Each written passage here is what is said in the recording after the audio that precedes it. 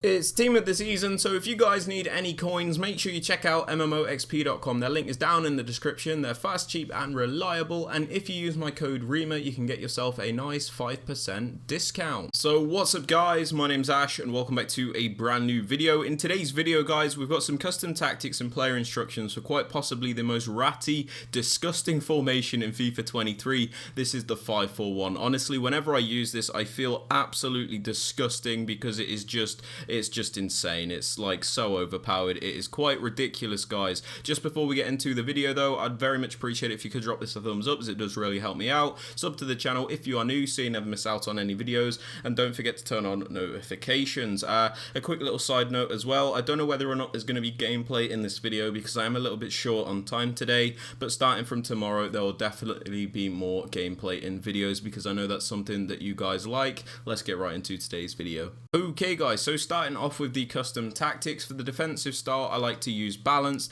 This is because it is the most controlled defensive style. You can press when you need to press, and you can drop off when you need to be a little bit more conservative. I definitely suggest using balanced over some of the pressure tactics. Moving on to the defensive width, I like to use this on 40. This is so we can primarily defend in a narrow shape, so we can block all those attacks through the middle and we stop our opponents just running right through us. But because of the 5 at the back, we also have enough coverage of the wider areas to block an attack if somebody does try and go down the wing. So you don't need to worry about the defensive width being super high, and you don't actually need to make it any lower either, because then it kind of just hurts your width of the team.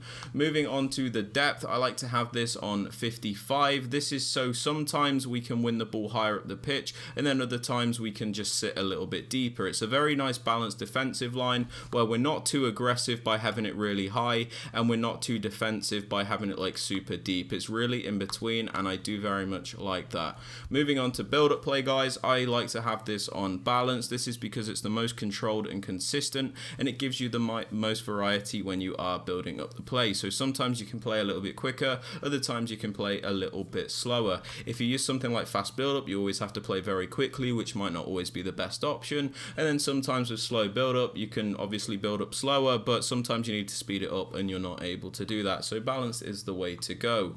Moving on to chance creation, guys, I suggest using direct passing. This is because it's the most meta option you can use. Basically, your attackers will bunch up against the defenders, so you can do the really overpowered 1v1 isolation plays. Players also make the extra movements in the penalty box, so you can guarantee those goals. You can get off that extra pass and minimize the RNG. Moving on to the attacking width, I like to have this on 45. This is so we're not too narrow, like where our players are like sat on top of each other, and then we're not too wide either, because although we can use this as a wider formation, we don't want it to be too wide to the point where our players feel like really spread out. Otherwise it's just not too good. I kind of like to go for some in between and have this on 45. It's just something that's been working for me. Moving on to players in box, I like to have this on 5. This is so we can commit some players into the box to create chances, but we don't overcommit the entire team to the point where we get counter-attacked. As for corners and free kicks, I have these both on 1 because there is a corner kick routine that I use which requires both of these to be on 1. Link to that in the top right hand corner of the screen. Now moving on to the plays you want to use, guys. In the striker position, I suggest you use a nice well-rounded striker.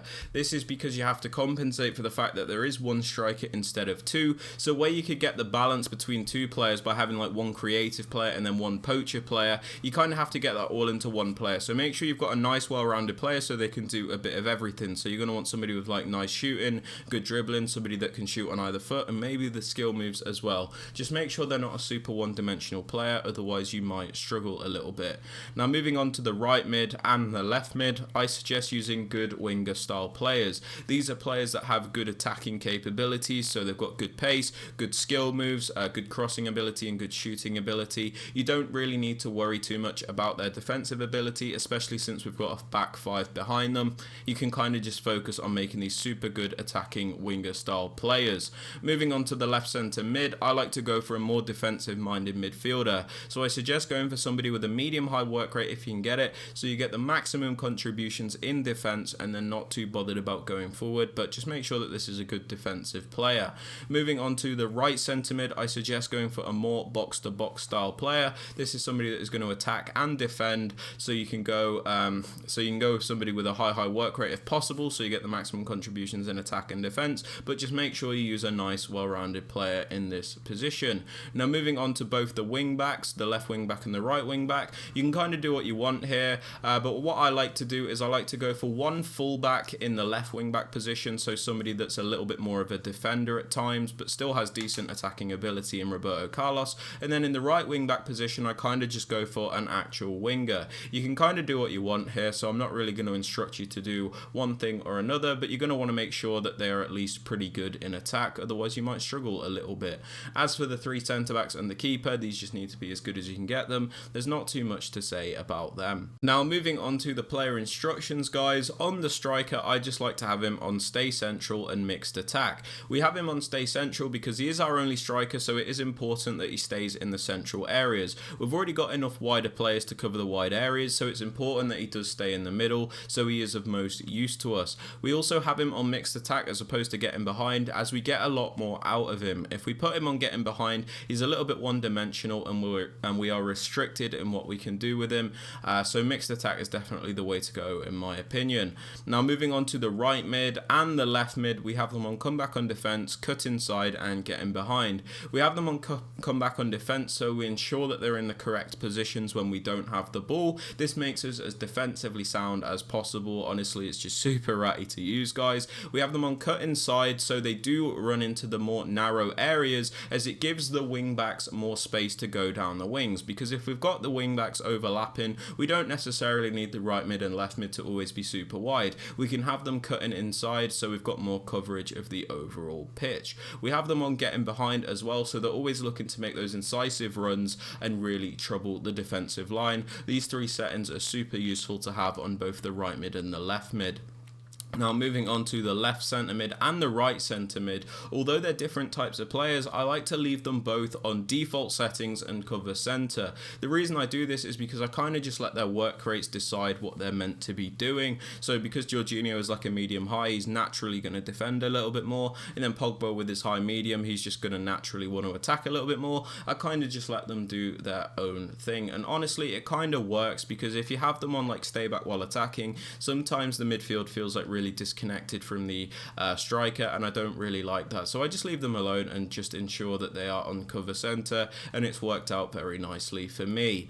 Now for both the right wing back and the left wing back, I have them on join the attack and overlap. This is so they definitely go forward when we have the ball, because this is what they're really useful for. They can really exploit the wider areas, so we want to make sure that they're joining the attack as much as possible, and the overlap run type means they're going to be adding that overlapping run to give us the wider option. Now this works really well because, like I said, the left mid and the right mid are on cut inside, so they're going to run a little bit more narrow, which means the wing backs can overlap and then add the extra width, so it is super overpowered to use, guys.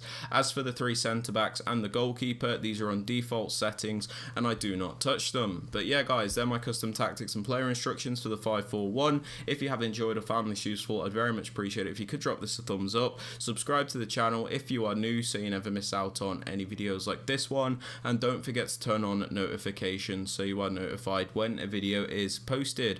And with all that aside, guys, I hope you have a fantastic rest of your day, and I will catch you all in the next video.